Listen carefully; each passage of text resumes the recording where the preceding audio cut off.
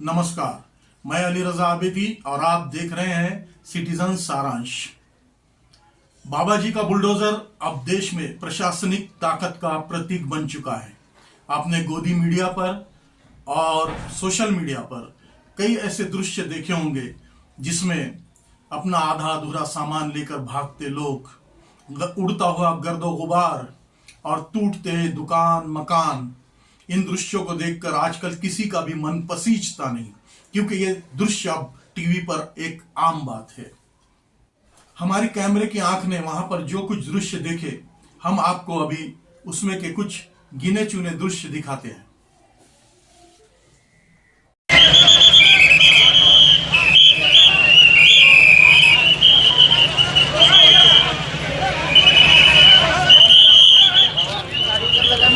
गाड़ी पास वाला क्या गाड़ी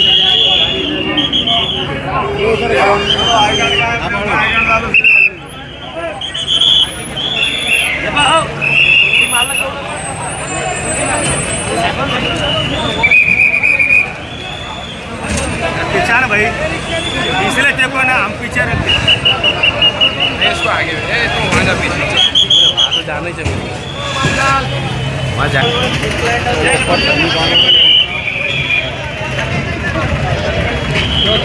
ये बराबर नहीं है।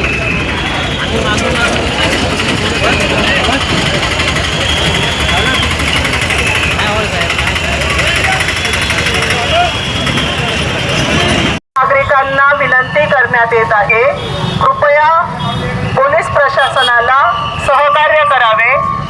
अतिक्रमण काढण्यासाठी मोहीम सुरू होत आहे।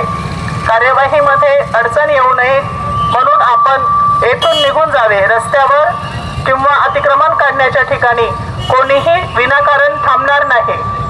आपण कृपया पोलीस प्रशासनाला सहकार्य करून येथून तात्काळ निघून जावे। छत्रपति संभाजी नगर के पैठन गेट भाग में, जहां पर एक मर्डर के बाद प्रशासन अचानक कुंभकर्णी नींद से जाग उठा।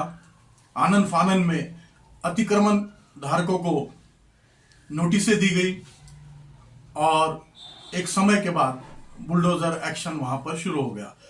अभी आपने ये दृश्य देखे। शहर में बढ़ते अतिक्रमण पर कार्रवाई होना चाहिए, हम इसके पक्षधर हैं। हम किसी का भी पक्ष इस वक्त नहीं रख रहे हैं, लेकिन जो कुछ हमने वहां पर देखा है, हम अपने दर्शकों तक पहुंचाना अपनी जिम्मेदारी समझते हैं। पैठन गेट संभाग में ज्यादातर मोबाइल एक्सेसरीज के शॉप्स है। इन शॉप्स के मालिक ज्यादातर वो युवक है जिन्होंने या तो बैंक से कर्ज लिया हुआ है या फिर अपने रिश्तेदारों से कर्ज लेकर एक छोटा मोटा व्यवसाय चला रहे हैं। इन दुकानों पर कहीं पर 2 या फिर कहीं पर 5 या 6 लोग मजदूरी कर रहे हैं, वर्कर बोल के काम करते हैं। दुकान मालिक, वर्कर और तमाशबीनों की भारी भीड़ जमा हो गई। इस भीड़ को हटाने के लिए पुलिस को बार बार अनाउंसमेंट करना पड़ा।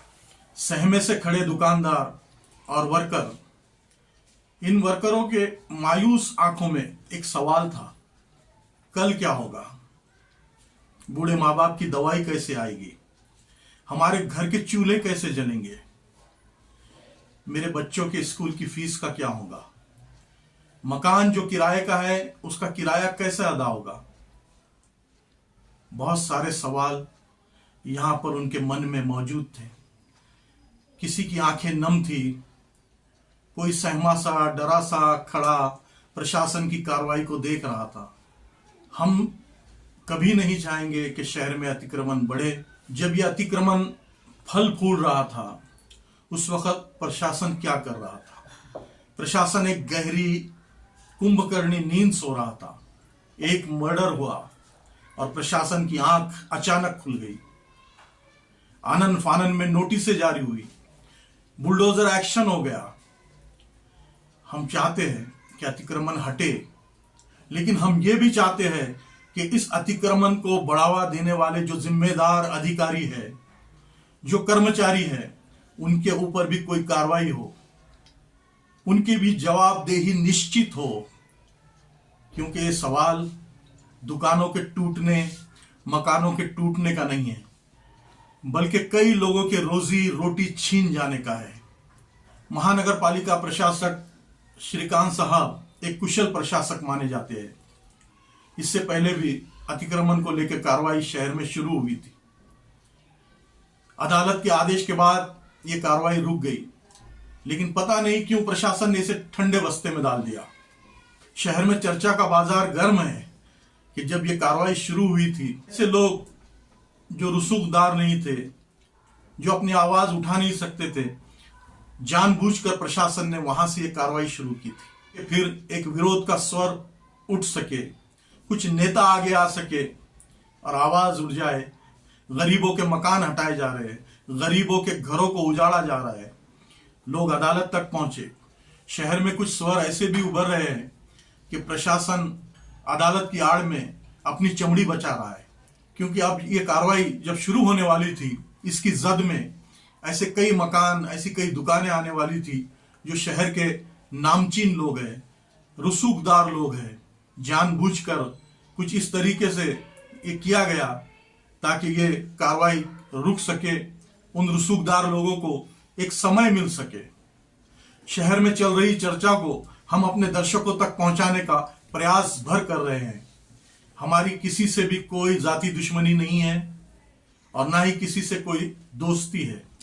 हम अतिक्रमण हटने के पक्षधर है, हटाने के पक्षधर है। हम प्रशासन की कार्रवाई के साथ है, लेकिन हमारा सिर्फ एक ही सवाल है, क्या जिम्मेदारी किसी की तय नहीं होना चाहिए?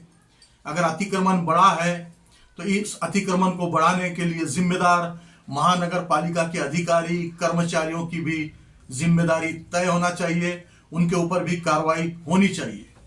मुझे भी लग रहा है कि भाई मार्केटिंग नहीं हो रही है, नियम के हिसाब से नहीं हो रहा है, क्या करेंगे अब ऐसे लोग? नहीं, अभी कैसा है कि ये जो अगर ये जो भी कोई आरोप कर रहे हैं ना, तो ये आरोप करने से पहले उन्होंने एक चीज़ करनी चाहिए कि शहर में 5800 के करीबन इससे पहले अतिक्रमण टूटे हैं। वो टूटने के वक्त हमने जो भी प्रोसीजर अडॉप्ट किए थे वो यहाँ पर भी किए हैं। 110 लोगों को हमने ऑलरेडी नोटिस दिए हैं। उसमें से बहुत मामूली यानी 10 से 12 तक ही लोगों ने उसकी जो वैलिड डॉक्यूमेंटेशन है वो हमारे पास लाके दिया था। कुछ लोग, 1-2 लोग कोर्ट में गए थे, तो कोर्ट के हमारे जो वकील साहब हैं उनके साथ में हमने चर्चा करने के बाद में जब कोर्ट का जिस तरीके से उसमें डिसीजन आएगा उस तरीके से हम उस बिल्डिंग के बारे में करेंगे। मगर किसी भी हालत में ये कार्रवाई को हमने जितना समय दिया था उससे ज़्यादा ही उनको हमने समय देके ही कार्रवाई करने के लिए हम यहाँ पे आए हुए हैं।